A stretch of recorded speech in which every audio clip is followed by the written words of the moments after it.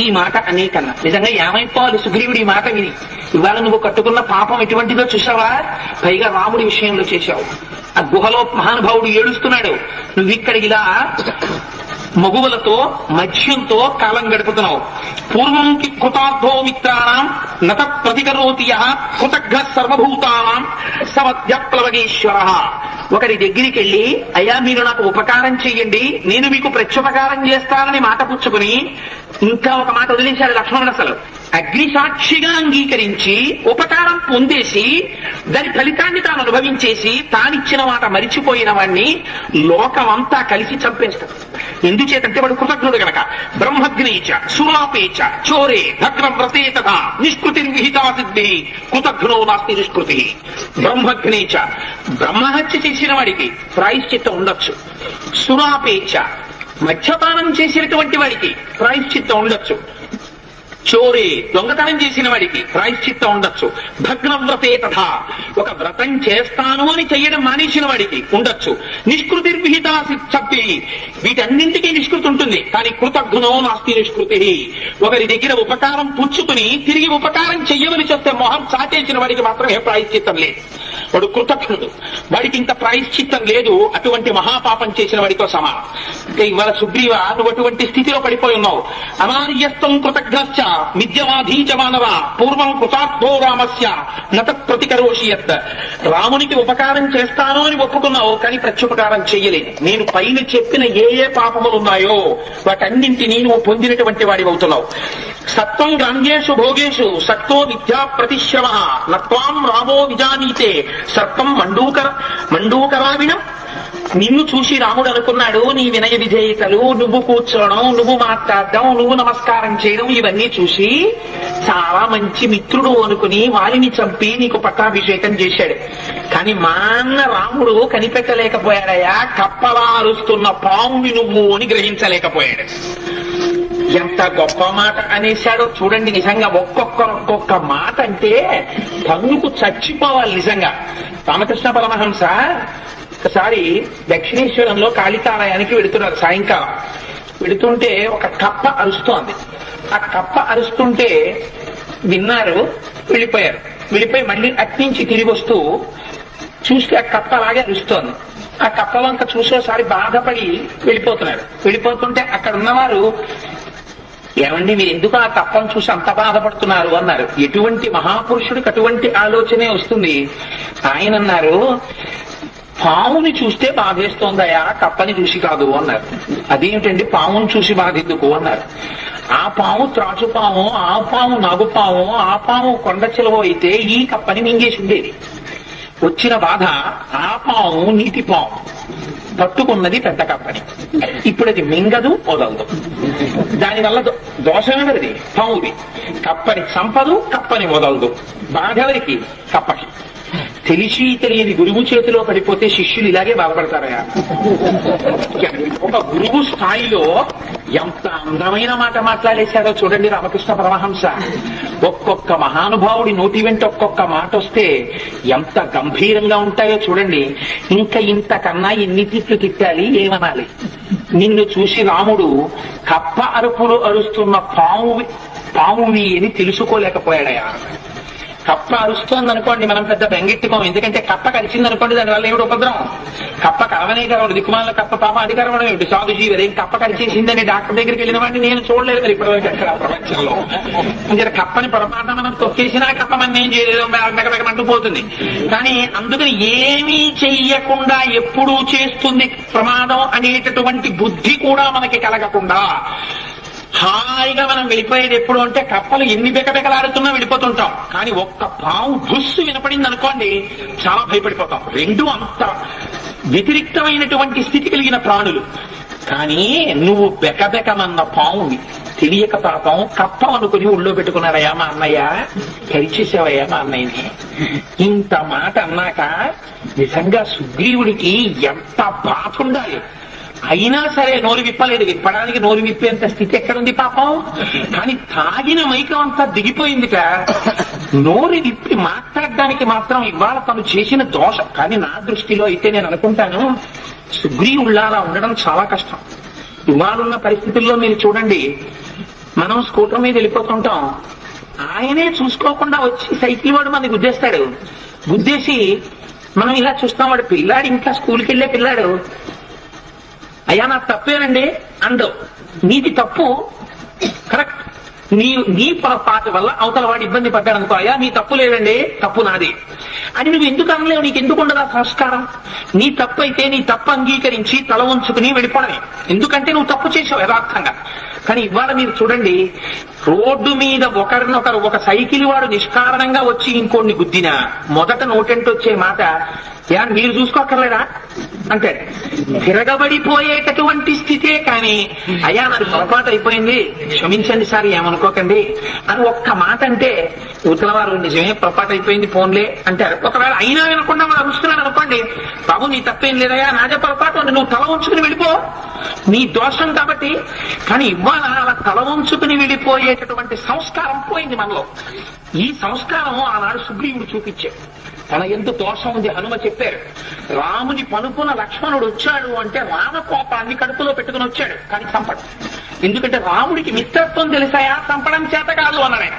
అందుకని ఇవాళ ఏం మాట్లాడినా అంజలి ఘటించి అలా ఒప్పుకో అంతే, ఒక్క మాట ఎదురు మాట్లాడకన్నాడు. హనుమ మాటలు విన్నాడు కాబట్టి బతికిపోయాడు సుగ్రీవుడు. ఈ మాట వినే ధోరణి మనకుంటే, మన వల్ల ఒక పొరపాటు జరిగితే తల్లి కాని తండ్రి కాని ఒక మాట అంటే దాన్ని అంగీకరించగలిగిన స్థితి మనలో ఉందనుకోండి, సమాజం పరిగెడుతుంది. మనం దేశాన్ని ఉద్ధరించక్కర్లేదు. కట్టుకున్న సతిని నట్టేటిలో ముంచి కన్నవారి నోట గద్ద కొట్టి సభలకెక్కువాడు చచ్చు పెద్దమ్మరా లలిత సుగుణజాల తెలుగు బాల అని నువ్వు దేశాన్ని ఉద్ధరించక్కర్లేదు.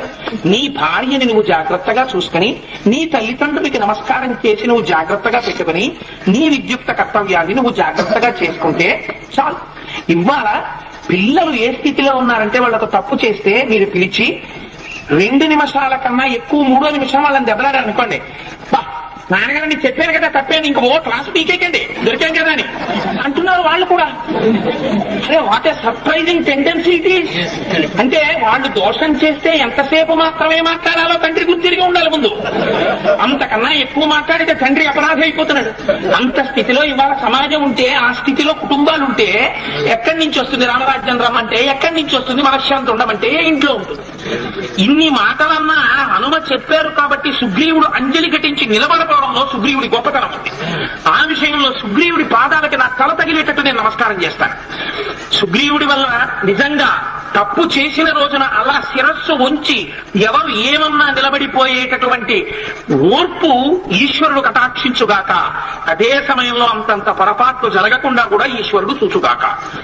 అందుకని ఈ మాటలు చెప్పి ఆయన అన్నాడు, సత్వం గ్రామ్యేషు భోగేషు సత్వో మిథ్యా ప్రతిశ్రమ నత్వాం రామో విజానీతే సర్పం మండూకరావిడం కృతంచేన్నాభిజానీషే రామస్యాక్లిష్టకర్మణ సద్యస్త్వం నిశితైర్బాణై హతో ద్రక్షసి వాలినం. ఏమయ్యా, నువ్వు చేసిన దోషానికి, మా అన్నయ్యని ఏడిపించిన ఏడుపుకి ఇప్పుడే చంపేస్తాను, ఇక్కడే నువ్వు పోతావు వాలి వెనకాల అని అన్నయ్య చెప్పిన మాట గుర్తొచ్చింది. ఒరే సామంతో మాట్లాడరా, తప్పురా, వ్యగ్రతతో మాట్లాడకని. నటి సంకుచిత పంధాయన వాలీహతో గత సమయే తిష్ట సుగ్రీవ మావాలి పదవన్వగా. వాలి వెళ్లిన మార్గం ఇంకా మూసుకుపోలేదు, నీ మాట మీద నీకు నిలబడు, లేకపోతే వాలి వెళ్లిన మార్గంలోనూ వెళ్ళిపోవలసి ఉంటుంది అని. ఇది చూసి కూడా సుగ్రీవుడు మాట్లాడలేదు, ఇది విని కూడా సుగ్రీవుడు మాట్లాడలేదు. ఇది విని మాట్లాడినది ఎవరంటే మళ్ళీ తార మాట్లాడింది. ఆవిడ గొప్పతనం అది. ఆవిడంది, ఈ పొరపాటుకి భర్త ముందు రొమ ఇతర వానర స్త్రీలు అలా చేతులు కట్టుకు దూరంగా నిలబడిపోయారు భయపడిపోతూ. నక్షత్రముల మధ్యలో చంద్రుడు నిలబడినట్టు నిలబడిపోయాడు సుగ్రీవుడు. ఇంతమంది భార్యల ముందు నిందిస్తున్నాడు లక్ష్మణుడు. అయినా మహానుభావుడు నిజంగా ఆ విషయంలో సుగ్రీవుడు గొప్పే. చేతులు కట్టుకుని తల ఉంచి అంజలి ఘటించి ఉండిపోయాడు. తార అంది, నైవం లక్ష్మణ వ్యక్తవ్యో నాయం పరుషమర్హతి హరిణామీశ్వర శ్రోత్రం తమ వక్తాత్తిశేషత. లక్ష్మణ, నువ్వు ఏమైనా అనుకో, కానీ నీ నోటి వెంట సుగ్రీవుడి గురించి ఇటువంటి మాటలు రాకూడదు, నువ్వు అలా మాట్లాడకూడదు. అందున నువ్వు తపస్సు ఉన్నవాడివి, ధర్మాధర్మములు తెలుసున్నవాడివి, అంతంత మాటలే సుగ్రీవుణ్ణి తెలుసున్నవాడివి కనుక నీ నోటి వెంట అసలు రాకూడదు. నైవాకృతజ్ఞ సుగ్రీవో నశఠో నాపిదారుణ నైవామృత కథో వీర జిహ్మశ్చకపీశ్వర. ఈయన కుటిలుడు కాడు, అసత్యవాది కాడు, ఇంద్రియ నిగ్రహం లేనివాడు కాడు, శఠుడు కాడు. శఠుడు అంటే రహస్యంగా అపకారం చేసేటటువంటి వాడు అసలే కాడు. అందుకని అటువంటి వాణ్ణి పట్టుకుని చాలా దారుణంగా మాట్లాడేసి చంపేస్తాను, ఇప్పుడే వాళ్ళ దగ్గరికి పంపించేస్తాను అని అంటున్నావు. ఉపకారం కృతో వీరో నాభ్యయం విస్మృత కపి రామేణ వీర సుగ్రీవో యదన్యై దుష్కరం వ్రణి. చాలా భయంకరమైనటువంటి యుద్ధంలో ఎవరు వాలివేపు కన్నెత్తి కూడా చూడనటువంటి రోజులలో వాలిని నిగ్రహించి సుగ్రీవుడికి రాముడు రాజ్యం ఇచ్చినటువంటి విషయాన్ని సుగ్రీవుడు ఎన్నడూ మర్చిపోలేదు. చేసిన ఉపకారం మరిచిపోతే కృతజ్ఞుడు, మర్చిపోతే కదా ఆయన మర్చిపోలేదు. ఆయన దోషం వల్ల ఏమిటంటే కొంతకాలం నుంచి కామమునకు లొంగిపోయి ఉండిపోయాడు. రామప్రసాదాకీర్తించ కపిరాజ్యం చ శాశ్వతం ప్రాప్తవానిహ సుగ్రీవో రుమాం మాం చ పరంతప. రాముడు చేసినటువంటి ఉపకారం చేత మాత్రమే ఎన్నడూ ఊహించినటువంటి రీతిలో ఐశ్వర్యముతో కూడినటువంటి రాజ్యమో సింహాసనమో సుగ్రీవుడికి దక్కాయి. నేను దక్కాను, నాతో పాటు రుమ దక్కింది. ఇంత ఆనందాన్ని సుగ్రీవుడు అనుభవించగలుగుతున్నాడు. సుదుఃఖం చేత పూర్వం ప్రాప్యేదం సుఖముత్తమం ప్రాప్తకాలం నజానీతే విశ్వామిత్రో యథాముని. చాలా కాలం నుంచి సుఖాలను అనుభవించకుండా కొండల మీద అరణ్యాల్లోనూ చెట్ల కింద గుహల్లోనూ పడి తిరుగుతున్నాడు. కాబట్టి ఇన్నాళ్ళకి అవకాశం వచ్చేటప్పటికి కామమునందు వ్యగ్రత పొంది సమయాన్ని మరిచిపోయాడు. ఏమయ్యా, నా భర్త అలా మరిచిపోయిన వాడు విశ్వామిత్ర మహర్షి అంతటి వాడు మర్చిపోయాడయా లక్ష్మణ. ఇప్పుడు పేరు చెప్పేసింది. విశ్వామిత్రుడు మర్చిపోయాడయా ఒకనాడు. ఘృతాచ్యాం కిల సంసక్తో దశవర్షాన్ని లక్ష్మణ అహోమంజత ధర్మాత్మా విశ్వామిత్రో మహాముని. ఘృతాచితో విశ్వామిత్ర మహర్షి చాలా కాలం గడిపినట్టు మనకు బాలకాండలో చెప్పలేదు. బహుశా మేనకని దృష్టిలో పెట్టుకుని ఘృతాచి అని ఉంటుంది. మేనకతో 10 సంవత్సరాల కాలం గడిపేసిన తర్వాత విశ్వామిత్రుడి జ్ఞాపకానికి వచ్చింది. అయ్యయ్యో, నేను కామానికి లొంగిపోయి 10 సంవత్సరములు ఈ మేనకతో జీవితం గడిపాను, నా తపస్సు భగ్నమైపోయిందని. ఆ రోజున మేనక వంక చూస్తే అడిగిపోయి మేనక విశ్వామిత్రుడి కాళ్ళ మీద పడుతుంటే మళ్ళీ ప్రసన్నుడై నీ ఎందు దోషం లేదులే, నువ్వు వెళ్ళిపో అని మేనకను వదిలేసి మళ్ళీ వెళ్లి తపస్సు చేశారని మనం బాలకాండలో చెప్పుకోలేదా? అందుకని విశ్వామిత్రుడంతటి వాడు స్త్రీ సుఖమునందు 10 సంవత్సరముల కాలమును ఒక్క రోజుగా మరిచిపోయాడు. అంతటి తపస్వి. సుగ్రీవుడు ఏపాటి వాడయా? వానరుడు. ఒక వానరుడు తన భార్య యందు సుఖం కోసమని మరిచిపోయి ఒక 10-15 రోజులు కాల వ్యతిక్రమణం జరిగితే చంపేస్తావా సుగ్రీవుడిని పట్టుకుని? అలా అయితే అది 2వ వాక్యం పూర్తి చేసిందనుకోండి, లక్ష్మణుడు ఏమైపోవాలి అని నహిప్రాప్తం సహిప్రాప్తం జానీతే కాలం కాలవిధానం అనకూడదు. అంతంత మాట రావడం నువ్వు ఉపపనుకు లొంగిపోవడంతో అవుతుంది. మాం మాం కపిరాజ్యంచ ధనధాన్య వసూనిచ రామ ప్రియార్థం సుగ్రీవ త్యజేదితి మతిర్మమ. లక్ష్మణ, నీకొక్క మాట చెప్తున్నాను. ఏ రుమయందు, ఏ నాయందు, ఏ రాజ్యమునందు ఇవాళ ఆనందంతో 10-15 రోజుల సమయాన్ని సుగ్రీవుడు మరిచిపోయాడు. అదే సుగ్రీవుడు కృతజ్ఞుడు కాదనిపించుకోవడానికి రామకార్యం కోసం అవసరమైతే నన్ను, రుమని, రాజ్యాన్ని వదిలేస్తాడు. చాలా నీకు దానికి సిద్ధంగా ఉన్నాడు. రామకార్యమునందు ఎప్పుడూ ఏమరపాటు లేదు. జరిగిన పొరపాటు కొద్ది ఆలస్యమైందన్నది అర్థం. సమానేష్యతి సుగ్రీవ సీతాయాస్త రాఘవం శశాంకమివ రోహిణ్యా నిహత్వా రావణంరనే. రావణుడు యుద్ధములో నిహతుడవుతాడు. చంద్రుడితో రోహిణి కలిసినట్టు కొద్ది కాలంలో సుగ్రీవుడు మళ్లీ సీతారాములు కలిసి ఉండగా చూసేటటువంటి స్థితిని పొందుతాడు. అలా సాయపడతాడు. ఈ మాటల చేత లక్ష్మణుడు మళ్లీ ప్రసన్నుడైపోతున్నాడు. తన దోషం ఏమిటో తెలుసుకున్నాడు. 100,000,000 సహస్రాన్ని లంకాయాం కిల రాక్షసా ఆయుధాని చ 30 సహస్రాని శతాని చ. నాయన, లంకలో రాక్షసులు ఎంతమంది ఉన్నారో నీకు తెలుసా? లంకలో ఉన్న రాక్షసుల యొక్క బలం 100,000 కోట్ల రాక్షసులు, 36 ఆయుధముల వేల వందల సంఖ్యలో రాక్షసులు ఉన్నారు. అంతమంది రాక్షసుల్ని నిగ్రహించడానికి తేన సఖ్యారనేహంతు అసహాయేన లక్ష్మణ రావణ కృత క్రూరకర్మాచ సుగ్రీవేణ విశేషత. అంతమంది రాక్షస బలం లంకలో ఉంటే ఒక్క సుగ్రీవుడు వెళ్లి ఆ రాక్షసుల్ని మట్టు పెడతాడా? లేకపోతే రాముడు సుగ్రీవుడితో కలిసి వెళ్లి సుగ్రీవుడిని ఒక్కడిని నమ్మి మట్టు పెడతాడా? అవతల ఉన్నటువంటి కొన్ని కోట్ల రాక్షసుల్ని మట్టు పెట్టడానికి మనకి కూడా కొన్ని కోట్ల వానర సైన్యం అవసరం ఉంది. అందుకే వానర సైన్యం కోసం కబురు పెట్టాడు. అయితే తారా, నీకెలా తెలిసి విషయాలు అని నువ్వు అడుగుతావేమో. ఏవం అఖ్యాతవాన్ వాలి సత్యభిజ్ఞో హరీశ్వర ఆగమస్తు నమే వ్యక్త శవాత్ తస్మాత్ బ్రవీమ్యహం. ఒకనొకనాడు వాలి బ్రతికున్న రోజులలో నాతో చెప్పాడు, రావణాసురుడి దగ్గర అటువంటి రక్షోబలం ఉన్నది అని. అప్పుడు నేను ఆ వాలి దగ్గర విన్నాను. నాకు కూడా యథార్థములకు తెలియదు పూర్తిగా. అసలు నిజంగా రాక్షస బలం రావణాసురుడి దగ్గర ఎంతుందో ఊహకు కూడా అందదు. అటువంటి వాడిని నిగ్రహించడానికి చాలా మంది వానరులు కావాలి. అందుకని కబురు చేశాడు. తవహిముఖం నిరీక్షకోపాత్ క్షతజ నిభే నయనే నిరీక్షమాణాః హరివర నిత్రానయంతి శాంతిం ప్రథమ మయస్య హి శంకితాస్మ సర్వాః. నువ్వు ఇంత కోపంతో నిలబడి బాణం తీస్తానంటే ఆనాడు రామచంద్రమూర్తి యొక్క కోదండము నుంచి వినిర్ముక్తమైనటువంటి బాణము చేత పరలోకగతుడైనటువంటి వాలి వెళ్లిపోయినటువంటి దృశ్యం జ్ఞాపకానికొచ్చి హృదయం కలుక్కుమనగా ఈ అంతఃపురంలో ఉన్నటువంటి నేను కాని రొమ కాని ఇతర వానర స్త్రీలు కాని సుఖాన్ని పొందలేక భయంతో బిక్కుబిక్కుమంటూ అదే సన్నివేశం గుర్తొచ్చి రోధిస్తూ నీ వంక చూస్తున్నావు. ఒక మిత్రుడైన వాడు అంతఃపురంలోకి వచ్చి ఇలా బాధ పెట్టడం తగునా లక్ష్మణ? నువ్వు ఇలా ప్రవర్తించకూడదు, నీ కోపాన్ని విడిచిపెట్టు అంది. అనేటప్పటికీ లక్ష్మణుడు అన్నాడు, ఇత్యుక్తస్తారయా వాక్యం ప్రసృతం ధర్మ సంహితం మృదు స్వభావ సౌమిత్రి ప్రతిజగ్రాహ తత్తజః. అమ్మా, నువ్వు చెప్పిన మాటలు యథార్థమమ్మా, నేను అంగీకరిస్తున్నాను. నేను ఇంకా వ్యగ్రతతో ప్రవర్తించాను, నేను కోపంతో మాట్లాడాను, నేను ప్రసన్నుడనయ్యానమ్మా, నువ్వు చెప్పింది యథార్థమే అన్నాడు. ఎంత అందంగా మాట్లాడిందో చూడండి. విశ్వామిత్రుడిని తీసుకొచ్చింది రంగం మీదకి.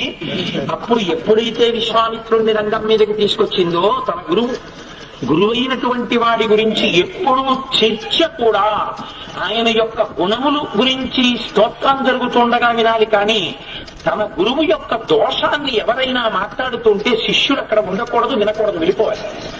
అందుకని జ్ఞానం ఉన్నవాడైతే అసలు వారి శిష్యుడు వీడు అని తెలిస్తే ఆ గురువు గురించి తక్కువగా శిష్యుడి దగ్గర మాట్లాడకూడదు. ఆ పాపం వాడికి కల్పించినందుకు వీడికి ఆ తలం పడుతుంది. అందుకని అమ్మా, నా తప్పు నేను తెలుసుకున్నానమ్మా, నేను కోపాన్ని విడిచిపెట్టానమ్మా, నేను ప్రసన్నుడనవుతున్నాను అని లక్ష్మణుడు అనగానే సుగ్రీవుడికి ఎక్కడలేని సంతోషం వచ్చేసి తదక్కంతక సమ్మాల్యం చిత్రం బహుగుణం మహత్ చిచ్ఛేద విమతశ్చాస్తి సుగ్రీవో వనరేశ్వర. ఒక్కసారి నిలబడిపోయి తన మెళ్ళో ఉన్న ఈ పుష్పహారాలన్నీ తింటోతలు పారేసి ఒక్కసారి ఆ సుగ్రీవుడు వంక చూసి ప్రణష్టాశ్రీశ్చ కీర్తిశ్చ కపిరాజ్యంచ శాశ్వతం రామప్రసాదాత్ సౌమిత్రే పునఃప్రాప్తం వినమ్మయ సీతాం ప్రాప్స్యతి ధర్మాత్మ వదిష్యతి చ రావణం సహాయమాత్రేణ మయా రాఘవస్యేన తేజస సహాయ కృత్యం కిం తస్య ఏన సప్త మహాద్రుమాః శైలస్య వసుధా చైవ బాణేనైకేన దారితాః. నాయనా లక్ష్మణ, నేను రాజ్యాన్ని పోగొట్టుకుంటే, భార్యని పోగొట్టుకుంటే రామచంద్రమూర్తి అనుగ్రహంతో తిరిగి వాటిని పొందానయ్యా. రాముడికి నేను సహాయం చెయ్యడమా? రాముడికి సహాయం చేయడానికి నేను ఎంతవాణ్ణయ్యా? ఒక్క బాణాన్ని వింటినారికి సంధిస్తే 7 సాలవృక్షములను కొట్టి పాతాళ లోకానికి వెళ్లి భూమిని భేదించి మళ్లీ పైకొచ్చి ముహూర్త కాలంలో తన తూణీరములో చేసుకోగలిగినటువంటి బాణమును ప్రయోగించగలిగినంతటి సమర్థత కలిగినటువంటి కోదండ విద్యాపారంగతుడైన రామచంద్రమూర్తికి నేను సాయం చేసేవాడినా? కేవలం చూపు చేత, బాణ ప్రయోగం చేత లంకని కాల్చేయగలడయ్యా మీ అన్నయ్య. అటువంటి రాముడికి సాయం చేసే అదృష్టం సుగ్రీవుడికి కలిగిందన్న మాట చేత కృతార్థుడినవడానికి నేను సిద్ధపడున్నానయ్యా. నన్ను మరొకలా అనుకోకు. ఎదిగించిన విక్రాంతం విశ్వాసాత్ ప్రాణయేనవా ప్రేష్యస్య క్షమితవ్యం మే నకశ్చిన్నాపరాధ్యతి. మా రాముడే కదా, ఏమనుకుంటాళ్లే అని ప్రేమ చేతనే కాలాన్ని మర్చిపోయాను, లేకపోతే పంపించాను కదా వానర సైన్యానికి కబురు, పర్వాలేదులే అన్న విశ్వాసంలో మర్చిపోయాను. నేను కాలాన్ని మర్చిపోయినటువంటి మాట యథార్థం లక్ష్మణ. నన్ను క్షమించు, నాది పొరపాటు అయిపోయింది. ఒక్క మాట జ్ఞాపకం పెట్టుకో, నకశ్చిన్నాపరాధ్యతి. ప్రపంచంలో పొరపాటు చేయని వాడు ఉంటాడా లక్ష్మణ? అందరూ తప్పు చేసిన వాళ్ళే కదా, నా వల్ల తప్పు జరిగింది, అందుకు నన్ను క్షమించవయ్యా అన్నాడు. భగవంతుడి దగ్గరికి వెళ్లి, భాగవతుల దగ్గరికి వెళ్లి ఈ మాట అంటే వాళ్ళు ఇక కోపగించరు. ఆ మాట అననంతసేపే వెళ్ళి అయ్యా నన్ను క్షమించండి అని ఒక్క మాట అన్నాడా క్షమించను అనలేరు. అందుకే ఎంతటి మహానుభావులు ఋషులు శాపం ఇస్తే అయ్యా ఎలాగండి అని ఒక్క మాట అనేటప్పటికీ మళ్ళీ తన స్వస్వరూపాన్ని పొందడానికి ఏ ప్రయత్నం చెయ్యాలో ఎలా వస్తుందో మళ్ళీ అనుగ్రహాన్ని వెంటనే వర్షించేస్తారు. అందుకని ఆ వెళ్ళి చేతులు కట్టుకుని నిలబడడం అనేటటువంటిది, క్షమించమని అడగడం అనేటటువంటిది ఎంత పొరపాటు చేసినా ఎలా దిద్దుకోవచ్చో, పెద్దల దగ్గర ఎలా ప్రవర్తించాలో, భేషజం లేకుండా ఎలా మాట్లాడాలో కిష్కింధకాండ మనకి నేర్పుతుంది సుగ్రీవుణ్ణి అడ్డుపెట్టి. ఈ మాట వినగానే లక్ష్మణుడు అన్నాడు, సర్వరాహి మమ భ్రాత ననాథో వనరీశ్వర తయా నాకేన సుగ్రీవ తస్మితేన విశేషత. ఏమయ్యా నువ్వు పక్కన నాథుడిగా ఉన్నావయ్యా, మా అన్నగారు రామచంద్రమూర్తికి నీ ఛత్రఛాయలో నీ యొక్క అనుగ్రహంలో రాముడుండగా రాముడు అనాథేమిటయా, నీ వంటి వాడి నీడలో ఉన్న రాముడు కృతార్థుడు, ఆ పని జరిగి తీరుతుందన్నాడు. ఎంత ప్రసన్నుడైపోయాడో చూడండి. క్షమించమనేటప్పటికీ ఇంత మాట వచ్చేసింది నోటి వెంట అని ఇంకొక మాట అన్నాడు, దోషజ్ఞ సతి సామర్థ్యే కోన్యోభసితమర్హతి భక్తయిత్వా మమజ్యేష్టం త్వాం చ మనరసత్తమః. అపారమైన శక్తి ఉండి కూడా తిరగబడకుండా తప్పు జరిగితే అయ్యా నా వల్ల పొరపాటు జరిగిందండి నన్ను మన్నించండి అని చేతులు కట్టుకుని ఇలా నిలబడి అడగగలిగినటువంటి ధార్మికమైన బుద్ధి మా అన్న రాముడి దగ్గరుంది, సుగ్రీవ నీ దగ్గరుంది. మీ ఇద్దరిద్దరేనయ్యా నీ గుణముల చేత ప్రకాశిస్తున్నావు. ఇప్పుడు నిన్ను చూసి నేను పొంగిపోతున్నానయ్యా. కింటు శీఘ్రవితో వీర ఇష్టామత్వం మయాత స్వంతయస్వయస్వత్వం భార్యాహరణ కర్షితం యచ్చ శోకాభిభూతస్య శ్రుత్వా రామస్య భాషితం మయాత్వం పురుషాన్యుక్త సఖ్యత్వం చతుమర్హసి. నువ్వు వచ్చి ఆ ప్రసరణ పర్వత గుహల్లో బాధపడుతున్నటువంటి నీ స్నేహితుడైనటువంటి రాముణ్ణి ఓదార్చవయ్యా. ఒకవేళ ఎన్నడూ ఏడవనటువంటి మా అన్నయ్య కన్నుల వెంట నీరు వచ్చి బాధపడుతూ దీనంగా మాట్లాడడం చేత కోపానికి వశుడనైపోయి అనకూడని మాటలు ఏవైనా నిన్ను ఉద్దేశించి సుగ్రీవా నేను మాట్లాడి ఉంటే నన్ను క్షమించవయ్యా అన్నాడు లక్ష్మణుడు. ఇది పెద్దల యొక్క ప్రవర్తన అంటే ఎలా ఉంటుందో చూడండి. గిరిగీసు కూర్చోవడం, గట్టిగా పట్టు కూర్చోవడం వాళ్ళ దగ్గర ఉండవు. ఎంత పట్టుంటుందో అంత విడిపుంటుంది. మీరు ఒక్కొక్కడిని చూడండి, చిన్న విషయానికి, అది పెద్ద విషయం కూడా కాదు, చాలా చిన్న విషయం, ఇంత చిన్న విషయానికి పెద్ద రాద్ధాంతం చేసేసి బ్రహ్మ రుద్రాదులు రానివ్వండి ఇంకా నేను చేయనంటాడు. నీతో అది చేయించడానికి బ్రహ్మ రుద్రుడు వచ్చి నీకు దర్శనం ఇవ్వాలా?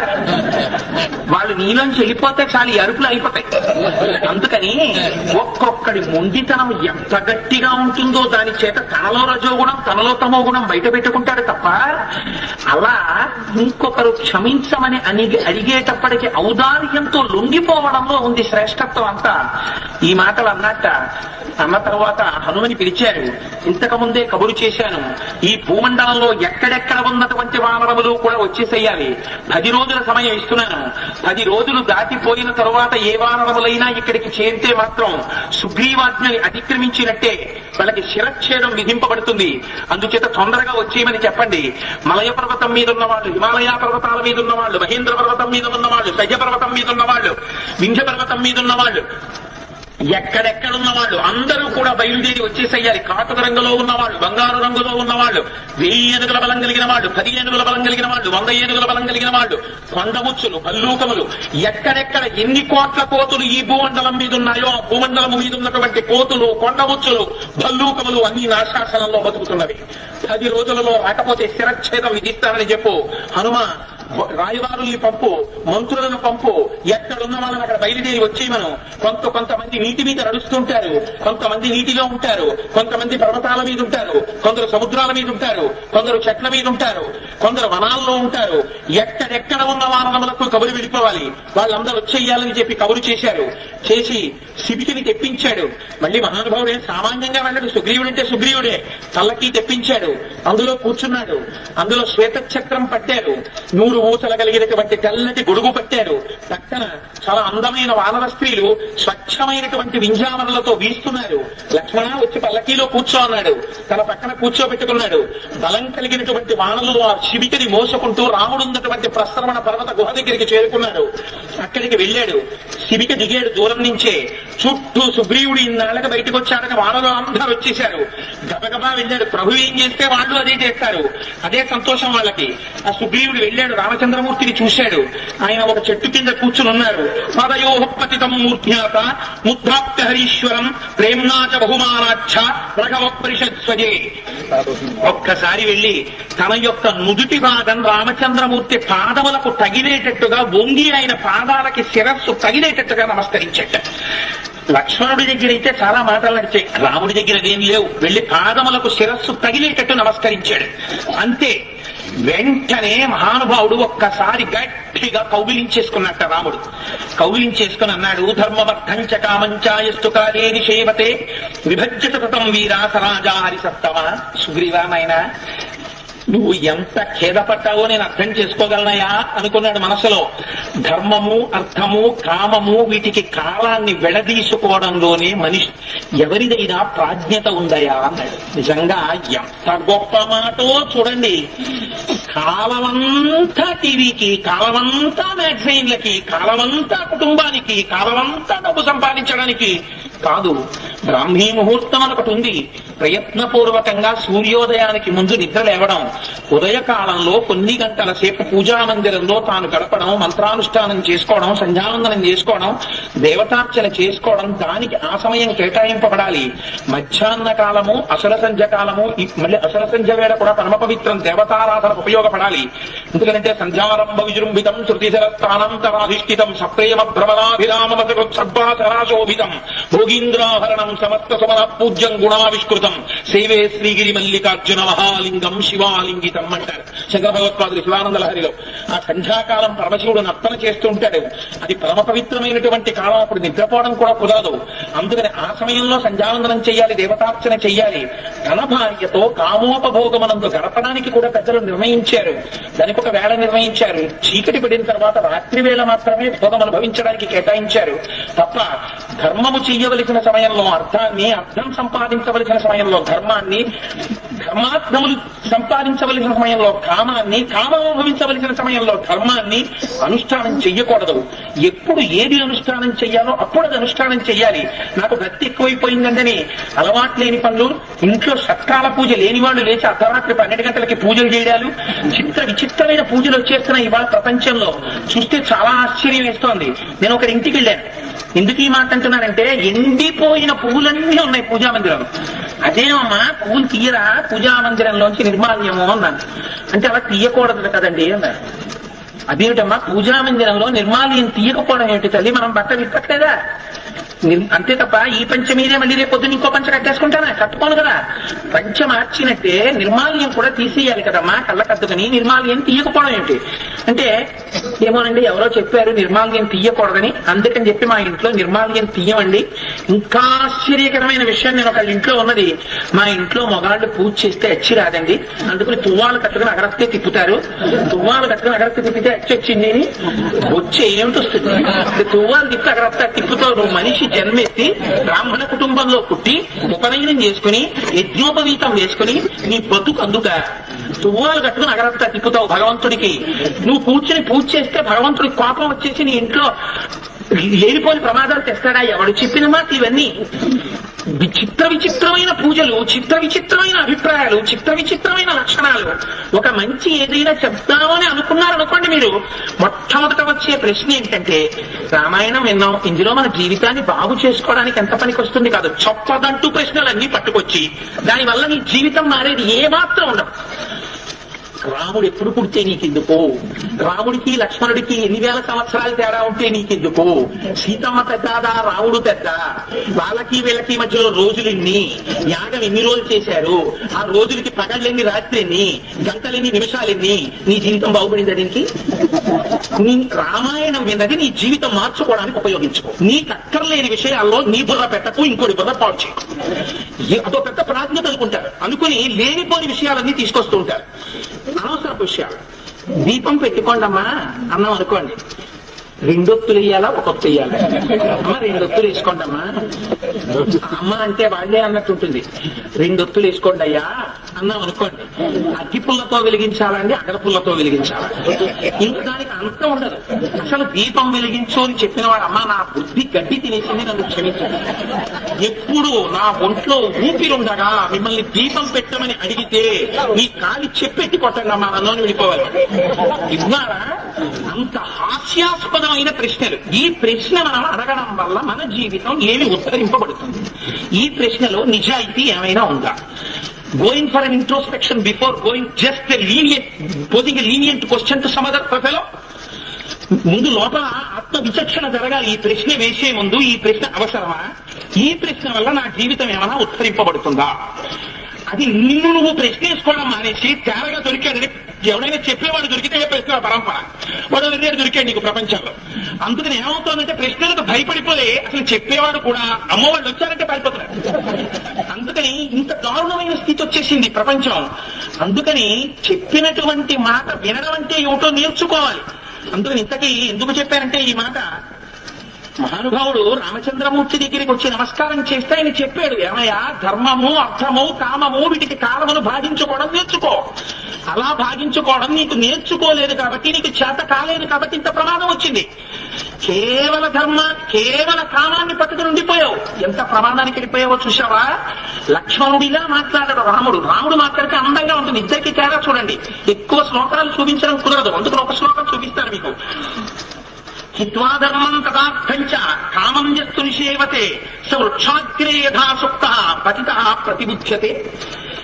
కేవలము కామమునందు మాత్రమే జీవితాన్ని నిక్షిప్తం చేసుకున్నవాడు, దానికే ఉపయోగించుకుంటున్నవాడు చెట్టు చిన్నరి కొమ్మ మీద నిద్రపోతున్న వాడితో సమానం రా సుగ్రీవా.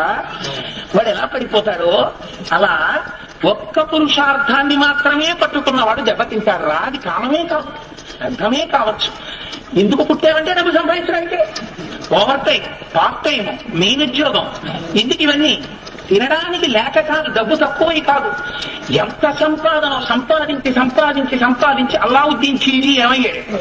మడుగుల బంగారం దక్షిణ భారతదేశానికి వచ్చి ఓరుగలు సామ్రాజ్యాన్ని కొల్లగొట్టి పట్టుకుపోయి చిట్ట చివర చచ్చిపోయే సమయం వస్తే కోశాగారంలోకి వెళ్ళి బంగారు కడికల వంక చూసి, నేను వెళ్ళిపోతున్నాను, ఈ బంగారం ఏమైపోతుందో అని నాలుక తలుచుకు చచ్చిపోయాడు. పళ్ళ మధ్యలో పెట్టుకుని పట్టుకెళ్ళారా రవ్వంతా బంగారం? పట్టుకెళ్ళా, ఏమిటి పట్టుకెళ్తావు? అందుకే మహానుభావుడు నృసింహ శతకంలో ఒక మాట అంటాడు. ఆయన తల్లి గర్భము నుండి ధనము తాడెవ్వడు వెళ్ళిపోయడి నాడు వెంటరాదు, లక్షాధికారైన లవణమన్నమే కాని వెలుగు బంగారంబు మింగబోడు, విత్తమర్జన చేసి విర్రవీగుటె కాని కూడపెట్టిన సొమ్ము కుడువలేడు, కుందుగామరుగైన భూమి లోపల పెట్టి దాన ధర్మము లేక దాచి తుదకు దొంగలకిత్తురో దొరలకవును, తేనె చుంటీగలియవా తెరువులకు భూషణ వికాస శ్రీధర్మ పురనివాస దుష్ట సంహార నరసింహ దురిత దూర అంటాడు. కేవలము అర్థమునందు జీవితం నాశనం అయిపోయినా పనికొచ్చేది ఉండదు. మీకు నిన్నటి రోజున ఒక మాట చెప్పాను, బ్యాంక్ అకౌంట్ లో డబ్బు ఉన్నంతసేపే చెక్ యాక్సెప్ట్ అవుతుంది. బ్యాంక్ లో అయిపోయిన తర్వాత చెక్ యాక్సెప్ట్ చేయరు. మీరు చేసుకున్న పుణ్యం ఉన్నంతసేపే మీకు ఆ పుణ్యము ఆదాయంగా, యశస్సుగా, బిడ్డలుగా, ఆరోగ్యంగా వస్తుంటుంది. ఆ పుణ్యం అయిపోయిందనుకోండి, ఇంకా ఆ తర్వాత మీరు వేరొకరిని సుఖపెట్టడానికి అవకాశం ఉండదు. ఆనాడు భ్రష్టుడై వచ్చే జన్మలో, పూర్వజన్మలలో పుణ్యాన్ని ఈ జన్మలో అనుభవించేశావు. ఈ జన్మలో నువ్వు చేసుకున్న పుణ్యం లేదు. వచ్చే జన్మలో, ఈ జన్మలో ఇక్కడ అనుభవించిన వాడు వచ్చే జన్మలో పక్క ఇంట్లో పుట్టి అదే అపార్ట్మెంట్ లో పైన కూర్చొని మధురాన్నాన్ని తిని సువాసనతో కూడినటువంటి పాత్రని పని మనిషికి చిత్తులగించావు. ఆకలేస్తోంది బాబాయ్ అంటే ఆకల ముద్ద అంటుదో అన్నావు. యాదుకల వాసన గొప్పమంటున్న పాత్ర చింతపండుతో తోని నువ్వు చూడకుండా కళ్ళొత్తుకుంది. కానీ ఈ పాపాన్ని చూస్తున్నవాడు వేరొకడు ఉన్నాడు. మధురాన్నమును నువ్వు ఒక్కడివే తిన్న పాపమునకు ఉపాధి అదే. మళ్ళీ అదే పని మనిషిగా నువ్వు వస్తావు. ఆ పని మనిషి యజమానురాలుగా వస్తున్నప్పుడు అనుభవిస్తావు. మళ్ళీ వారి ఇల్లు సొచ్చి కడవల దూరంబుగా నెయ్యి త్రాగితుగా నా కడవల్ వారింట నీసుతుండెడ వారికి వీరికి పెద్ద వాదయ్య సతి ఆదందని మీగడ పెరుగోడట నీ సుతుడు త్రావి ఒక ఇంచుకు తా కోడలి మూతింజరి విన కోడలు ముచ్చడు చూస్త కొటెల తాంగి అని పోతన గారు భాగవతంలో ఆంధ్రీకరిస్తూ చెప్తారు. ధర్మం తప్పిపోతే బతుకులు ఎలా వెళ్ళిపోతాయి. అందుకని ధర్మార్థ కామములకు సమయాన్ని భాగించుకోవడం నేర్చుకోవయా సుగ్రీవా, లేకపోతే చెట్టు చివర పడుకున్న వాడిలా అయిపోతావు. ఆనాడు రాముడు సుగ్రీవుడికి చెప్పింది కాలంతో సంబంధం ఏం లేదు, ఎన్ని కోట్ల సంవత్సరాల వెనకాల చెప్పాడు నీకు అవసరం, నీకు ఇప్పుడు పనికొస్తోందా లేదా అది ప్రస్తుతం, దాన్ని నువ్వు గుర్తెట్టుకో చాలు. ఇప్పుడైనా నువ్వు ధర్మమును మర్చిపోయి అర్థమునందు కాని కామమునందు కాని వ్యక్తిని పొందితే నువ్వు చెట్టు చివర పడుకున్న వాడివే. అందుకని రామాయణం జీవించి ఉంది. అందుకని బ్రహ్మగారు మాట అన్నారు, ఎంత కాలము పర్వతములు ఉంటాయో ఎంత కాలము నదులు ఉంటాయో అంత కాలము రామాయణము చెప్పబడవలసిందే, వినవలసిందే, మనుష్య జీవితాన్ని మార్చుకోవలసిందే. రామాయణం కన్నా ఆదర్శం ఇంకా ఉండదు కాబట్టి మనిషిని దిగడానికి. అందుకని ఈ మాట చెప్తే ఏమ ముక్తస్తు సుగ్రీవో రామం వచనమబ్రవీత్ ప్రస్థాశ్రీశ్చ కీర్తిశ్చాకపిరాజ్యంచ శాశ్వతం తత్ప్రసాదాన్ మహాబాహో పునః ప్రాప్తమిదం మయా తమ దేవా ప్రసాదాచ్చా భ్రాతుశ్చ దేతాంబర కృతం స ప్రతికుర్యాద్యః పురుషాణాం సదూషకః వృక్షాశ్చ వానరాశూరా గోలాంగూలాశ్చ రాఘవ కాంతార వనదుర్గానామభిజ్ఞో ఘోరదర్శనాః. మహానుభావ రామ, నువ్విచ్చినటువంటి అలంకరానికి రాజ్యం కాని భార్య కాని నేను కృతజ్ఞుడను కానయ్యా. అదిగో వచ్చేస్తున్నాయి, కొన్ని కోట్ల వానరములు వస్తున్నాయి, భల్లూకములు వస్తున్నాయి, కొండముచ్చులు వస్తున్నాయి, ఈ వీటన్నింటితో ఏ కార్యం చెయ్యాలో నన్ను శాసించు అన్నాడు. నీ వంటి మిత్రుడు దొరకడం నా అదృష్టమయ్యా. సీత ఈ భూమండలంలో ఎక్కడుంది? ప్రాణములతో ఉన్నదా, ప్రాణములు తీయబడినదా, ఏ పరిస్థితులలో ఉన్నది, ఎక్కడ ఉన్నది అన్నది ముందు జాడ కనిపెట్టబడాలి. దానికోసమని నాకు ఉపకారం చెయ్యవలసినది, వానరులను అన్ని దిక్కులకి పంపించి అన్వేషణము జరిగేటట్టుగా చూడవలసినది అన్నారు. ఈలోగా ఏదో పెద్ద లారీయో హెలికాప్టర్ పైనుంచి కిందకి దిగ్గానే చూడండి దుమ్ము ఎలా పైకి లేస్తుందో, అలా పెద్ద దుమ్ము ధూళి పెద్ద అరుపులు కేకలు వినపడ్డాయి. ఏమిటని చూశారు. దిశ పర్యాపులాశ్చాసం రజసాతేన మూర్ఛత చిత్రాలక మహీసర్వాసైల వనకాననాః. కోట్ల కోట్ల కోట్ల కోట్ల వానరములు వచ్చేసాయి. అవి వచ్చేయడంలో చెట్ల మీద వానరములే, నీటి మీద వానరములే, సరస్సుల్లో వానరములే, కొండల మీద వానరములే, అరణ్యములలో వానరములే, ఎక్కడ చూసినా వానరములే. భూమి మీద అంగుళం చోట్లేదు, అలా వచ్చి నిలబడిపోయేటప్పటికి అవన్నీ చేస్తున్నటువంటి కిలకిలలు, వాటి నమస్కారాలు. ఇందులో పెద్దవాళ్ళు వస్తున్నారు, షేక్ హ్యాండ్ ఇస్తున్నారు, చేతులు పట్టుకుని కొంతమంది నిలబడ్డారు, కొంతమంది నమస్కారం పెడుతున్నారు, కొంతమంది కాళ్ళ మీద పడుతున్నారు, కొంతమంది మాట్లాడుతున్నారు. సుగ్రీవుడు వీళ్ళందరితో అకస్మాత్తుగా చాలా ఉత్సాహవంతుడైపోయి వీళ్ళందరితో మాట్లాడుతున్నాడు. ఇంతమంది వానరులు చూసి పిల్లల్ని చూడండి, ఓ విజిల్ వేసి అందరి పిల్లలు లోపలికి వచ్చేసిన తర్వాత పీటీ మాస్టర్ స్టేజ్ మీద ఇచ్చిన disperse all students fall in lines అంటారు. అనగానే అందరూ టకా టకా టకా టకా లైన్స్ లోకి వచ్చేస్తారు. అలా సుగ్రీవుడు అన్నాడు, ఏమిటో ఎవరి ఇంతమంది వానరుల కొండల మీద, నదుల మీద, సరస్సుల్లో, చెట్ల మీద, పుట్టల మీద ఇలా నిలబడిపోతే ఎవరి మీద కాలెవరెవరు వచ్చారో నాకు తెలియట్లేదు, మీ అందరూ సరిగ్గా నిల్చోండి అన్నాడు. అనేటప్పటికి అంతే, ఎంత వానరులైతే మాత్రం సుగ్రీవుడు ఆజ్ఞ. ఎవరెవరు ఎంతమందిని తీసుకొచ్చారో వాళ్ళ దగ్గరికి వెళ్ళాలని నిలబడ్డారు. నిలబడితే ఎవరు ఎంతెంత మందిని తెచ్చారో చెప్పండి రా మాకో అన్నాడు సుగ్రీవుడు. అంటే వాళ్ళు చెప్పారు, మహానుభావ సూర్యాస్తమయ పర్వతం నుండి 10 కోట్ల మంది వానరాలు వచ్చాయి. శతబలి అనేటటువంటి వానరుడు 1,00,000 కోట్ల వానరములతో వచ్చాడు. సుషేనుడు లెక్క పెట్టడానికి వీలు లేనన్ని 1,000 కోట్ల మంది వానరాల్ని పట్టుకొచ్చాడు తార తండ్రి. ఇంకా రుమ తండ్రి కొన్ని 1,000 కోట్ల వానరములతో వచ్చేశాడు. మహానుభావుడైనటువంటి హనుమ యొక్క తండ్రి కేసరి, ఆయన కొన్ని 1,000 కోట్ల వానరములతో వచ్చారు. గవాక్షుడు 1,000 కోట్ల కొండముచ్చులతో వచ్చాడు. ధూమ్రుడు 2,000 కోట్ల భల్లూకములతో వచ్చాడు. పనసుడు 3 కోట్ల వానరములతో వచ్చాడు. నీలుడు 10 కోట్ల నల్ల కాటుక రాశి వంటి దేహం కలిగినటువంటి కోతులతో వచ్చాడు. గవయుడు 5 కోట్ల వానరాలతో వచ్చాడు. గరీముఖుడు 1000 కోట్ల వానరాలతో వచ్చాడు. మైంద ద్వివిధులు అశ్వినీ దేవతల్లా 1000 కోట్ల వానరాల్ని పట్టుకొచ్చారు. గజుడు 3 కోట్ల వానరాల్ని పట్టుకొచ్చాడు. జాంబవంతుడు 10 కోట్ల భల్లూకాల్ని పట్టుకొచ్చాడు. రమణుడు 100 కోట్ల వానరాల్ని పట్టుకొచ్చాడు. గంధమాధుడు ఎడం చేతి వైపు 10,000 కోట్ల వానరాల్ని, కుడి చేతి వైపు 1,00,000 కోట్ల వానరాల్ని పట్టుకొని వచ్చాడు. అంగదుడు 1000 పద్మాల వానరాల్ని, 100 శంకువుల వానరాల్ని పట్టుకొని వచ్చాడు. తారుడు 5 కోట్ల వానరాల్ని పట్టుకొచ్చాడు. ఇంద్రజానువు 11 కోట్ల వానరాల్ని పట్టుకొచ్చాడు. రంభుడు ఆయుధము, సహస్రము, శతము. దుర్ముఖుడు 2 కోట్ల వానరాల్ని పట్టుకొచ్చాడు. హనుమ కైలాస శిఖరాల అంతంత ఎత్తు దేహాలున్నటువంటి వజ్రం లాంటి కాయాలున్నటువంటి 1000 కోట్ల మంది వానరులతో వచ్చారు. నలుడు ఏదో 1116 చదివించినట్టు 100 కోట్ల 1000 మంది 100 మంది వానరులతో వచ్చాడు. అయ్యా వీళ్ళందరూ కలిసి వచ్చేసారయ్యా అన్నారు. వీళ్ళందరూ ఇన్ని కోట్లు కోట్లు కోట్లు వచ్చేసారా, ఈ కోట్లను అసలు రేపు పొద్దున్న అన్నపానీయాలు ఏర్పాటు చేయాలి, వీళ్ళకి ఇన్ని తేనె బాటిల్స్ పంపించండి అని చెప్పాలి కోశాగారంలోంచి, ఇన్ని బత్తాయి పళ్ళు ఇన్ని యాపిల్ పళ్ళని లెక్క చెప్పాలి కదా, ఈ కోట్లన్నీ కూడితే ఎలా వచ్చిందిరా ఇంకా అన్నాడు సుగ్రీవుడు. అంటే వాళ్ళన్నారు, అయ్యా 10,000 కోట్లయితే ఒక ఆయుధం, 1,00,000 కోట్లయితే శంకు, అలాంటి 1000 శంకువులైతే ఒక అద్భుతం, 10 అద్భుతములైతే ఒక మద్యం, 10 మద్యములైతే ఒక అంత్యం, 20 అంత్యములైతే ఒక సముద్రం, 30 సముద్రములైతే ఒక పదార్థం, అలాంటి పదార్థాలు కొన్ని వేలున్నాయి ఇక్కడ. అన్ని కోట్ల కోట్ల కోట్ల వానరములు, భల్లూకములు, కొండముచ్చులు, నల్లకోతులు, పొడుగుకోతులు, ఎర్రకోతులు, పచ్చకోతులు. నేను శ్లోకాలు ఎందుకు వదిలించాను. మెరిసిపోతున్న కళ్ళతో ఉన్న కోతులు, పొడుగాటి తోక కోతులు, పొట్టి తోక కోతులు, అరిచే కోతులు, కోరలున్న కోతులు, ఎన్ని రకాల కోతులు, ఇన్ని కోతులు, ఇన్ని కొండముచ్చులు, ఇన్ని భల్లూకములు వచ్చి మొత్తం చీకటైపోయింది అంతే కిష్కిందంతా. అలా వచ్చి నింపేశారు ప్రాంతాన్నంతటి.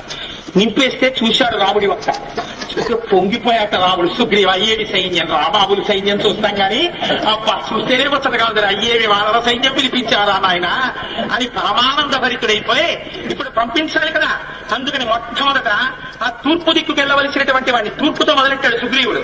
అందుకని ఏవముక్తస్తు సుగ్రీవో వినతం నామ యూధపం అబ్రవీద్రామ సాన్నిధ్యే లక్ష్మణస్య ధీమత. ఆ వినతుడు అనబడేటటువంటి వానరాన్ని పిలిచాడు. ఆయన 1,00,000 మందితో బయలుదేరి నువ్వు తూర్పు దిక్కుగా వెళ్ళు, నీకు నెల్లాళ్ళు సమయం ఇస్తున్నాను, నెల్లాళ్లలో సీతమ్మ తల్లి యొక్క జాన కనిపెట్టాలి, నువ్వు తూర్పు దిక్కుగా ప్రయాణం చేసి వెళ్ళాలి. తూర్పు దిక్కుగా ప్రయాణం చేసి వెళ్ళమంటే ఏదో 2 మైళ్ళు వెనక్కి వచ్చేయడం కాదు. ఎంత దూరం వెళ్లాలో తెలుసా, ఎక్కడి వరకు వెళ్లాలో తెలుసా? నదీం భాగీరథీం రమ్యాం సరయోం కౌశికీం తథా కాళిందీం యమునాం రమ్యాం యమునం చ మహాగిరిం సరస్వతీం చ సింధుం చ శోణం మణినిబోధకం మహీం కామహీం చైవ శైల కామన శోభితాం బ్రహ్మావాన్ విదేహాంశ్చ మానవాన్ కాశికోసలాం మగధాంశ్చ మహాగ్రామాన్ పుండ్రాన్ వంగాంస్తథైవ చ పట్టణం కోశకారాణాం భూమిం చ రచతారకాం సర్వమేతద్విచేతవ్యం మార్గయద్భిస్తతస్తతః రామస్య దయితాం భార్యాం సీతాం దశరథస్పృశాం సముద్రమవగాఢాంచ పర్వతాన్ నృతనాని చ మందరస్య తయే కోటిం సంశ్రితాః కేచిదాయతాం కర్ణ ప్రవరణతాశ్చైవ తథా చాస్త్యోష్ఠకారణకాః ఘోరలోహముఖాశ్చైవ జలమాశ్చైకపాదకాః అక్షయా బలవంతశ్చ పురుషాః పురుషాదకాః కిరాతా కర్ణచూడశ్చ హేమాంగాః ప్రియదక్షణాః ఆమమీనాశతాత్ర కిరాతాద్వీపవాసినః అంతఃచల జలాఘోరా నవవ్యాఘ్రా ఇది శ్రుతాః. సామాన్యంత ఓర్పు ఉంది. ఈ మాట ఇంకొకరు అనగలరా? అప్పుడు ఆమె ఈ మాట రాముడు ఎవరో, రాముడి కోదండానికి ఉన్న శక్తి ఏమిటో, ఎంత ధర్మాధర్మ విచక్షణ విస్తరించేస్తారు. ఇది సుగ్రీవాజ్ఞ, జ్ఞాపకం పెట్టుకోండి. బయలుదేరాడు. శుభం భూయా అన్నాడు. తూర్పు దిక్కు వెళ్ళవలసినటువంటి మానవులకు అన్నిటికీ కూడా ఇచ్చాడు, అనుజ్ఞనిచ్చాడు. తర్వాత దక్షిణ దిక్కుకు వెళ్ళవలసినటువంటి వాళ్ళని చూశాడు. నీలమగ్నిసుతం చైవ హనుమంతం చ వానరం పితామహసుతం చైవ జంబవంతం మహాబలం సుహోత్రం చ శరారించ సరగల్మంత భైవచ గజం గవాక్షం గవయం సుషేణం వృషభం తథా మైందం చ దివిజం చైవ విజయం గంధమాదనం ఉల్కాముఖ వసంగం చ హుతాశన సుతాముహౌ అంగద ప్రముఖాన్ వీరాన్ వీర కవిగణీశ్వర వేగ విక్రమ సంపన్నాన్ సంధిదేశ విశేషవిత్ దేశామగ్రేసరం చైవ మహాబలవదంగరం విధాయ హరివీరాన ఆదిశ దక్షిణాం దిశం. ఆ దక్షిణ దిక్కుకు వెళ్ళవలసినటువంటి వానరుల యొక్క జాబితాను ఒక్కసారి చదివాడు. నీలుడు, హనుమంతుడు, జాంబవంతుడు, సుహోత, శరారి, శరగుల్ముడు, గజుడు, గవాక్షుడు, గవయుడు, ఆ తర్వాత మైందుడు, వివిధుడు, విజయుడు, గంధమాదనుడు, గుల్కాముగుడు, అసంగుడు, హుతాశనుడు, వీళ్ళందరికీ నాయకుడుగా యువరాజైనటువంటి అంగదుడు బయలుదేరి మీ అందరూ దక్షిణ దిక్కుకు బయలుదేరండి అన్నాడు. అనేటప్పటికీ వీళ్ళందరూ పరమ సంతోషంగా వచ్చేశారు. వీళ్ళ వెనకాతల కొన్ని లక్షల వానరములను పెట్టాడు. అబ్బాయి మీరు బయలుదేరి వెళ్ళడం అంటే ఎలా వెళ్ళాలో తెలుసా? దక్షిణ దిక్కుకు వెళ్ళినప్పుడు నేను చెప్పినంత వరకు వెళ్లి రావాలి. ఎంత దూరం అది? సహస్రశిర సంవింధ్యం నామాద్రుమలతాయుతం నర్మదాంచ నదీం దుర్గాం మహోదగ నిషేవితాం తతో గోదావరీం రమ్యాం కృష్ణవేణీ మహానదీం వరదాంచ మహాభాగాం మహోదగ నివేశితాం నిషేవితాం. అక్కడ 1000 శిఖరములతో కూడినటువంటి వింధ్య పర్వతం దగ్గరికి వెళ్ళాలి. ఆ పర్వతం అంతా వెతకాలి, శిఖరాలు వెతకాలి, గుహలు వెతకాలి, అక్కడ ఉన్నటువంటి ఉద్యానవనాలు వెతకాలి, అందులో ఉన్న తోటలు వెతకాలి, చెట్లు వెతకాలి, ఆ చెట్లకు ఉండేటటువంటి పెద్ద పెద్ద తొర్రల్లో వెతకాలి, గోదావరిలో వెతకాలి, కృష్ణవేణిలో వెతకాలి, ఈ 2 నదులను దాటాలి, వరదా నది దగ్గరికి వెళ్ళాలి. ఆ నదిలో పాములుంటాయి, ఆ వరదా నదిలో కూడా జాగ్రత్తగా వెతకాలి. ఆ తరువాత అక్కడి నుంచి మేకల దేశము, ఉత్తర దేశము, దశార్ణ నగరములు, అగ్రవంతి, అవంతి మొదలైనటువంటి నగరాలకు వెళ్ళాలి. ఆ నగరాల్లో ఉన్నటువంటి అన్ని ఇళ్లు వెతకాలి, ప్రాసాదములు వెతకాలి, ప్రతి ఇంట్లో వెతకాలి, అన్ని వీధుల్లో వెతకాలి. సీతమ్మ ఎక్కడుందో చూడాలి. విదర్భ, రుష్టిక, మాహి, మచ్చ, కళింగ, కౌశిక, ఆంధ్ర, పుండ్ర, చోళ, పాండ్య, కేరళ మొదలైనటువంటి రాజ్యములన్నిటిలో వెతికేయాలి. మలయ పర్వతం మీదకి వెళ్ళాలి, అక్కడంతా వెతకాలి. చంద్రవృక్షాల మీద వెతకాలి, కావేరీ నదిని దాటాలి. మలయ పర్వత శిఖరం మీద అగస్త్యుడికి విశ్వకర్మ నిర్మించినటువంటి గృహ ఉంటుంది. అక్కడ మహానుభావుడు అగస్త్యుడు కూర్చుని ఉంటాడు, అక్కడ చూడాలి. మొసళ్లతో ఉన్న తామ్రపర్ణి నది కనపడుతుంది, ఆ నదిలో వెతకాలి. దాని తర్వాత సముద్రం వస్తుంది, దానిలోకి చొచ్చుకుని పోయినటువంటి శిఖరములతో మహేంద్రగిరి పర్వతం కనబడుతుంది. ఆ సముద్రానికి 100 యోజనాల అవతల ఒక ద్వీపం ఉంది, ఆ ద్వీపాన్ని మీరు జాగ్రత్తగా వెతకాలి. తత్ర సర్వాత్మన సీతామాద్గితవ్యా విశేషతః సహి దేశస్తు వధ్యస్య రావణస్య దురాత్మన రాక్షసాధిపతేర్యాసా సహస్రాక్ష సముద్యతే దక్షిణస్య సముద్రస్య మధ్యే తస్య తు రక్షసి అంగారకేతి విఖ్యాత ఛాయామకృష్య భోజని. మీరు అక్కడికి వెళ్ళినప్పుడు ఆ 100 యోజనముల సముద్రాన్ని దాటి ఆవలిగొట్టుకు వెళ్ళినప్పుడు కాంచన లంక దర్శనం అవుతుంది. ఆ లంకా పట్టణాన్ని రావణాసురుడనేటటువంటి 10 తలల రాక్షసుడు పరిపాలిస్తున్నాడు.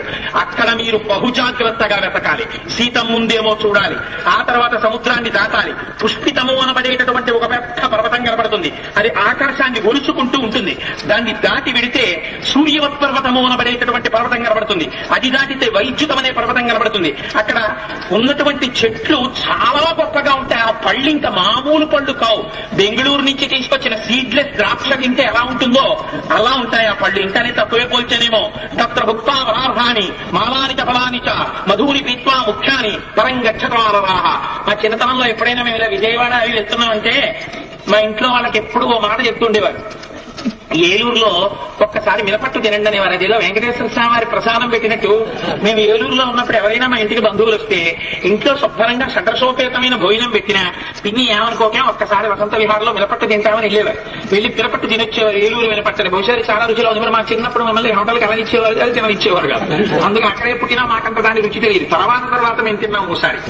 అందుకని చెప్పి తత్రభుక్తామరాష్ట్రాన్ని అక్కడ ఉన్న చెట్ల మీద మంచి మంచి పళ్ళు పండుతాయి, చాలా రుచిగా ఉంటాయి. తేనె పట్లలోంచి తేనె కారుతుంటుంది, ఆ తేనె తాగండి, ఆ పళ్ళు తినండి. తర్వాత తత్ర నేత్రమనక్కాంత కుంజరో నామ పర్వత అగస్త్య భవనం యత్ర నిర్మితం విశ్వకర్మణ. కుంజరం అనేటటువంటి పెద్ద పర్వతం కనబడుతుంది, దాని మీద విశ్వకర్మ అగస్త్యుడికి 10 యోజనాల ఎత్తుతో బ్రహ్మాండమైనటువంటి బంగారు మేడ నిర్మించాడు. రామమందిరం కూడా చూడండి, అక్కడ నమస్కారం చేయండి. ఆ తర్వాత తత్ర భోగవతీ నామా సర్పానామలయపురి విశాల కక్షా దుర్ధర్ష సర్వద పరిరక్షిత. అక్కడ భోగవతి అనబడేటటువంటి ఒక పెద్ద నగరం కనబడుతుంది. అక్కడ విషంతో కూడుకున్న పెద్ద పెద్ద పాములు ఉంటాయి. అక్కడే వాసుకి మహానుభావుడు ఉంటాడు, మీరు అక్కడ వెతకాలి. అది దాటిన తర్వాత వృషభం అనేటటువంటి పర్వతం కనబడుతుంది, అది వృషభాకారంలో ఎద్దు ఉన్నట్టు ఉంటుంది. దాని మీద ఒక చిత్రమైనటువంటి 3 రకాలైనటువంటి చందనం ఉంటుంది. దాని పేరు గోశీర్షకము, పద్మకము, హరిశ్యామము. ఇది కాకుండా అగ్నితుల్యము అనబడేటటువంటి చందనం ఉంటుంది. కానీ మీరు పొరపాటున కూడా చందనాన్ని ముట్టుకోకండి. ఎందుచేతంటే రోహితులనేటటువంటి గంధర్వుల ఎప్పుడూ కూడా చందనాన్ని రక్షిస్తూ ఉంటారు. అక్కడ శైలూషుడు, గ్రామణి, శుక్షుడు, శుకుడు, బబుడు అనబడేటటువంటి 5 గంధర్వ రాజులు పరిపాలన చేస్తూ ఉంటారు. వాళ్ళకు ఒక నమస్కారం చేయండి. ఆ తర్వాత అక్కడి నుంచి బయలుదేరండి. బయలుదేరి ముందుకు వెళ్ళండి.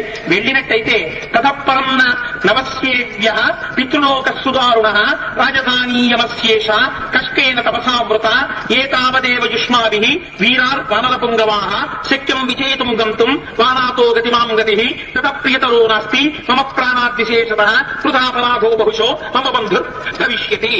మీరు అక్కడ వరకు వెళ్ళిన తర్వాత పృథివికి చిట్ట చివర పుణ్యం చేసుకున్న వాళ్ళు స్వర్గలోకానికి వెళ్లే వాళ్ళు ఉంటారు. అది కూడా దాటిపోతే పితృలోకం ఉంటుంది. అది దాటిన తర్వాత ఇంకా యమధర్మరాజు గారి యొక్క సామ్రాజ్యం ఉంటుంది. అక్కడ పాపులు పడి కొట్టుకుంటుంటారు. పృథివికి నేను చెప్పిన చివరి భాగం వరకే ప్రాణం ఉన్న వాళ్ళు వెళ్ళగలరు, అది దాటి వెళ్ళలేదు. దక్షిణ దిక్కున అక్కడ వరకు వెళ్లి మీరు వెతికిరండి, బయలుదేరండి అన్నాడు. వీడు సాక్ష్యం కూడా ఎంత రూట్ ప్లాన్ ఇచ్చాడు రా, ఎక్కడ తెలుసు రాసలు వీడన్నిటికి దీనిని. రామచంద్రమూర్తి అంతటి వారు ఆశ్చర్యపోయి చూస్తున్నారు సుగ్రీవుడి వంక. ఆ తర్వాత సుషేణుడిని పిలిచాడు. ఆయన తార యొక్క తండ్రి. ఆయనకి మరీచి మహర్షి యొక్క పుత్రుడు అచ్యుష్మంతుడు, అచ్చిమాల్యులు మొదలైనటువంటి వాళ్ళని ఇతర వానరుల్ని సాయంగా ఇచ్చాడు. ఇచ్చి మహానుభావ మీరు బయలుదేరాలి. ప్రాణాయాపితరం రాజా శ్వశరం భీమ విక్రమం అబ్రవీత్ ప్రాంజలి వాక్య అభిగమ్య ప్రణమ్యచ. మామగారు అందుకని శాసించలేదు, వెళ్లి నమస్కారం చేసి చెప్పాడు, అయ్యా మీరు ఈ మిగిలినటువంటి వానరుల్ని కొన్ని లక్షల మందిని వెంట పెట్టుకుని బయలుదేరండి, ఉత్తర దిక్కుకు వెళ్ళండి. ఆ ఉత్తర దిక్కుకు వెళ్ళినప్పుడు సౌరాష్ట్ర, బాహీక, చంద్ర, చిత్ర, కురు, పాంచాల, కోసల, కాశీ, వజ్జి, మల్ల, అంగ, మగధ, వత్స, మత్స, చేది, అవంతి, కాంతార, కాంభోజ, సౌరాష్ట్ర, ఆశ్మక మొదలైన పట్టణాలు, గ్రామాలు, జనపదాలు, సముద్రాలు, నదులు, కొండలు, వనాలు, చెట్లు, పుట్టలు, గుహలు అన్ని వెతికేసేయండి.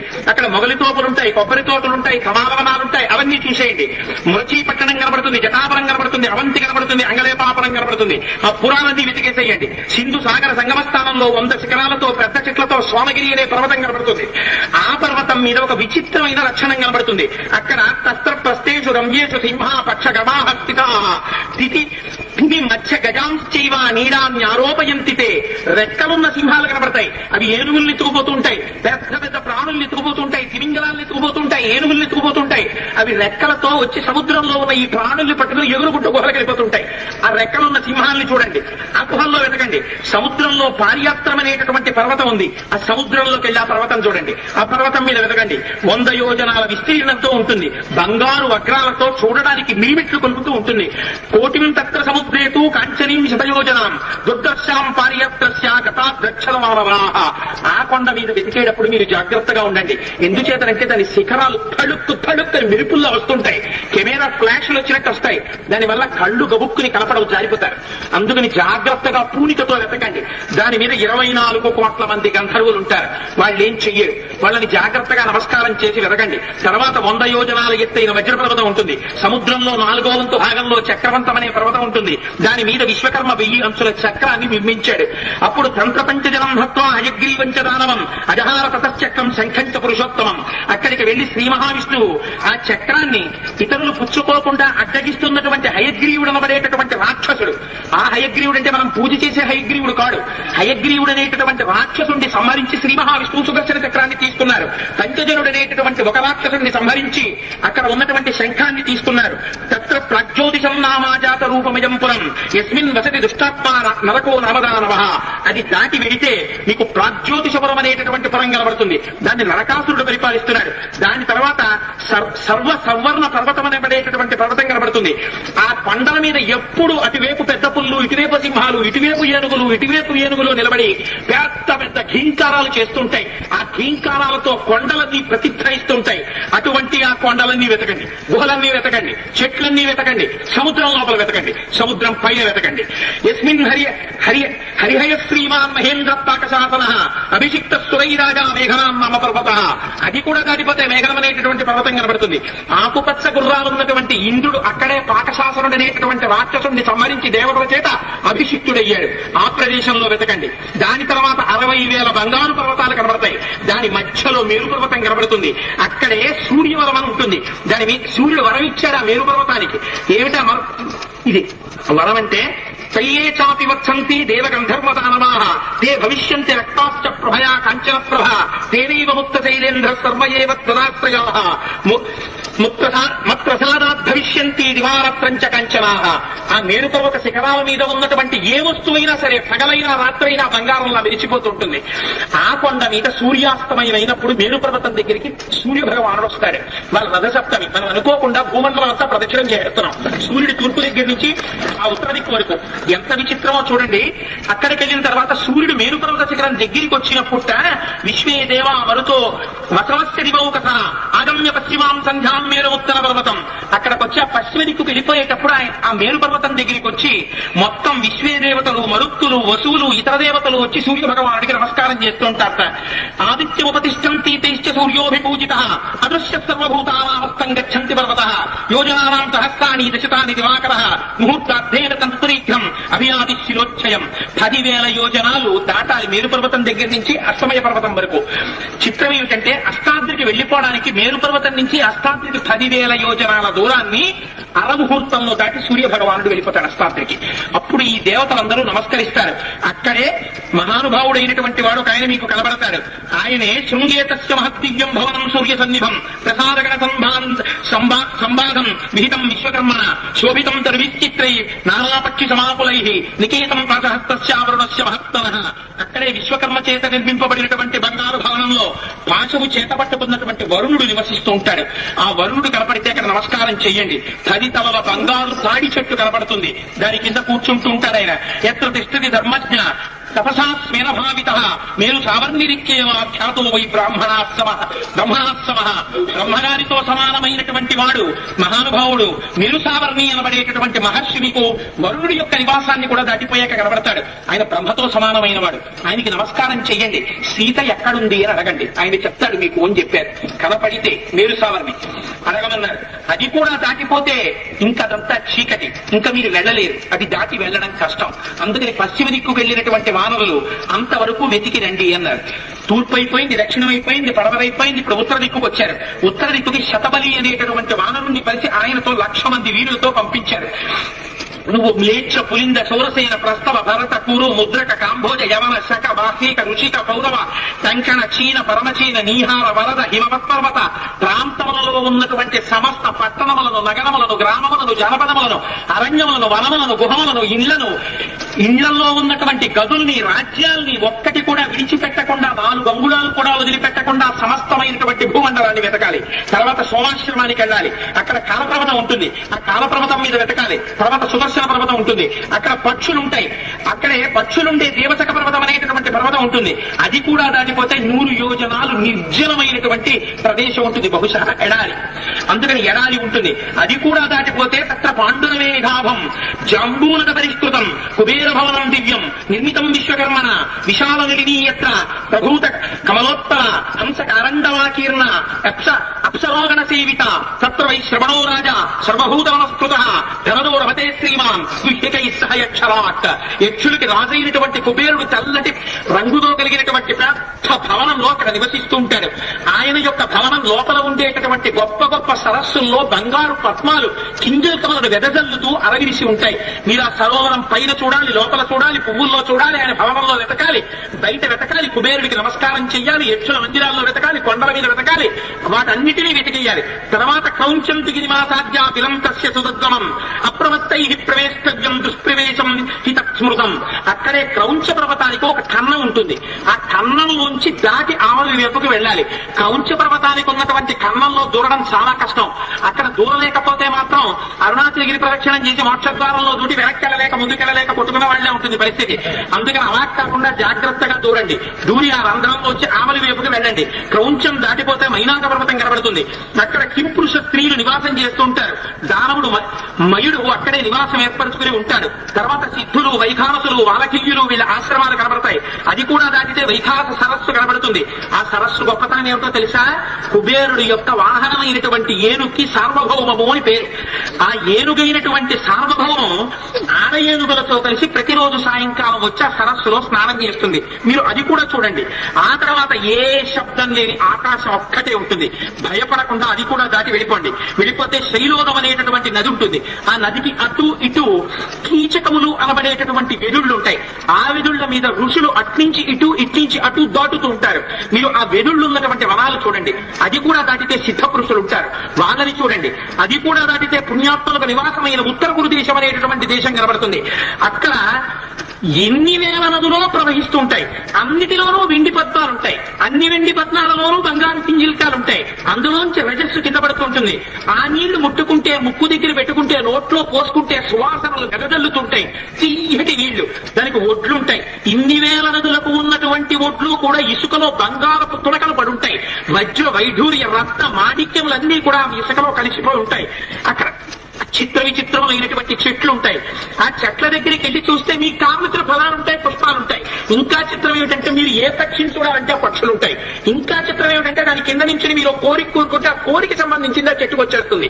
ఇంకా చిత్రం ఏమిటంటే బట్టలు కూడా కాసేస్తాయి ఆ చెట్లు. ఇంకా చిత్రం చెప్పనా, భక్ష్యాలు, భోజ్యాలు, లేహ్యాలు, చోష్యాలు ఇవి కాకుండా మీరు కోరుకున్న వస్తువుల చెట్లకు కాస్తాయి. అలా చెట్లకి వస్తువులు కాసే చెట్లన్నీ మీకు అక్కడ కనబడతాయి. ఆ చెట్లన్నీ చూడండి. ఇవన్నీ చూసిన తర్వాత అది కూడా దాటి మీరు ముందుకు వెళ్ళిపోతే సంగీత ధ్వనులు వినబడతాయి. ఎందరో అక్కడ సంతోషంగా తపస్సు చేసుకుని తిరుగుతూ ఉంటారు. మీకు అక్కడికి వెళ్ళిన తర్వాత ఇంకా దుఃఖం అన్నది ఉండదు. అక్కడ కూడా దుఃఖం ఉంటే ఇంకా వాడికన్నా దరిద్రుడు ప్రపంచంలో ఉంటాడు. ఒక్కొక్కడు ఉంటాడు. అమెరికా ప్రెసిడెంటే పిలిచి ఒరే అబ్బాయి నువ్వు కూర్చారన్న సిద్ధార్థం మీరు ఇంకో గాలి నుంచి నువ్వు వేరేసుకోమంటే వాడికి అప్పుడు కూడా ఏడిపోయి బయటికి వెళ్ళిపోతున్న ప్రెసిడెంట్ ని చూసి ఆ కోర్టు నాకు ఇవ్వకుండా వెళ్ళిపోయాడని ఏడుస్తాడు. అమెరికాకి నన్ను ప్రెసిడెంట్ చేశాడు కదా అని కూడా తృప్తుండదు ఒక్కొక్కడి. మహాప్రభు అటువంటి వాడిని ఉద్ధరించగలిగిన వాడు ఎవ్వడూ ఉండడు ప్రపంచంలో. అందులో అట్లాంటి చెట్లు, అలాంటి నదులు, అలాంటి ప్రదేశాలు కాబట్టి ఒక్క పుణ్యం ఉన్న వాళ్ళే అక్కడ ఉంటారన్నారు. అందుకని అది పుణ్యం చేసిన వాళ్ళందరూ అక్కడ తిరుగుతారు. వాళ్ళ మనస్సులో దోషాలు ఉండవు. సమస్త గుణములతో విరాజిల్లుతూ ఉంటారు. అక్కడ సంగీత ధ్వనులు వినబడుతుంటాయి. అక్కడ కొంతకాలం ఉంటే లోపల గుణాలు పెరుగుతాయి. అది దాటిపోతే ఉత్తర సముద్రం కనబడుతుంది. దాని మధ్యలో సోమగిరి అనబడేటటువంటి బంగారు పర్వతం కనబడుతుంది. దేవతలు బ్రహ్మలోకంలోంచి అవనలోకంలోంచి దాని సోయగాలు చూస్తుంటారు బయటికి వచ్చి. అంత అందంగా ఉంటుంది ఆ పర్వతం. సూర్యుడు లేకపోయినా సరే ప్రకాశిస్తూ ఉంటుంది. మీరు అది కూడా దాటి ముందుకెళ్ళిపోతే ఒక పర్వతం మీద బ్రహ్మాండమైన రమ్యమైనటువంటి మందిరం కనబడుతుంది. అదే భగవానపి విశ్వాత్మ శంభురేకాదశాత్మక బ్రహ్మ వసతి దేవేశో బ్రహ్మర్షి పరివారిత. అక్కడ శంకరుడు ఏకాదశ మూర్తులుగా వచ్చి 11 రుద్రులుగా కూర్చుంటూ ఉంటాడు. దాన్ని కొంచెం యువతల చూస్తే చతుర్ముఖ బ్రహ్మగారు బ్రహ్మర్షులతో కలిసి కూర్చొని వేదం చెప్తూ ఉంటాడు. వాళ్ళందరూ వింటూ ఉంటారు. వాళ్ళు కూర్చునేటటువంటి కాంచనమయ వేదికలు కనపడతాయి. అక్కడ వరకు వెళ్ళండి. ఇక అది దాటి ఏ ప్రాణి వెళ్ళలేడు.